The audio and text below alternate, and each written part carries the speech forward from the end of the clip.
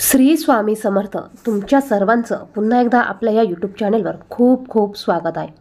आपल्या सर्व स्वामी भक्तांसाठी स्वामी प्रकट दिन हा दिवस खूप महत्त्वाचा असतो। अगदी जशी आपण दिवाळी साजरी करत असतो त्याचप्रमाणे स्वामी भक्त या दिवसाची आतुरतेने वाट पाहत असतात।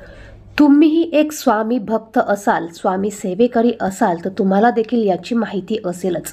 आपण या दिवशी स्वामींची सेवा, स्वामींची उपासना, स्वामींची भक्ती ही घरी राहून करायची आहे।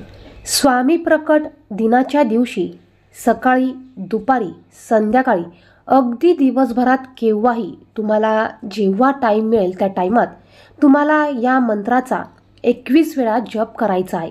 तुम्हाला दिवसभरात केव्हाही हा मंत्र फक्त 21 वेळा बोलायचा आहे। यामुळे तुमच्या सर्व इच्छा पूर्ण होतील।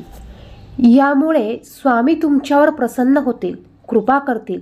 तुमच्या जीवनात ज्याही काही अडचणी आहे त्या सर्व अडचणी दूर होतील। स्वामी प्रकट दिन हा दिवस स्वामींसाठी खास आहे, आपल्यासाठी देखील खास आहे। स्वामी प्रकट दिन, स्वामी जयंती आपण सर्वांनी साजरी करायची आहे। या दिवशी खास करून आपल्याला या मंत्राचा जप किंवा हा मंत्र तुम्हाला 21 वेळा बोलायचा आहे। तुम्ही 108 वेळा देखील याचा जप करू शकता। तुम्ही तुमच्या यथाशक्तीने तुम्हाला जेवढा वेळा हा जप करायचा असेल किंवा हा मंत्र बोलायचा असेल तितक्या वेळा तुम्ही या दिवशी हा मंत्र बोलू शकतात। तर हा मंत्र असा आहे, श्री अक्कलकोट निवासी स्वामी समर्थाय नमः। श्री अक्कलकोट निवासी स्वामी समर्थाय नमः। हा मंत्र तुम्ही 21 वेळा बोलू शकतात। कमीत कमी 108 म्हणजेच एक माळ तुम्ही जप करू शकतात। अवश्य या मंत्राचं जप किंवा हा मंत्र तुम्हाला या दिवशी अवश्य बोलायचा आहे।